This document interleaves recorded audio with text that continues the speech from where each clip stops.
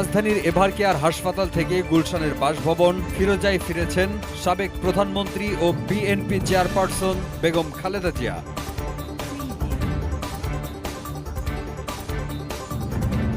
বুধবার সন্ধ্যা 7টা 5 মিনিটে বাসায় পৌঁছান খালেদা জিয়া।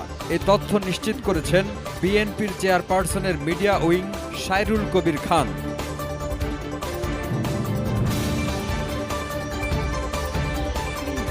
এদিকে এক সপ্তাহ আগে 11 সেপ্টেম্বর রাতে খালেদা জিয়াকে ঢাকার এভারকেয়ার হাসপাতালে ভর্তি করা হয়।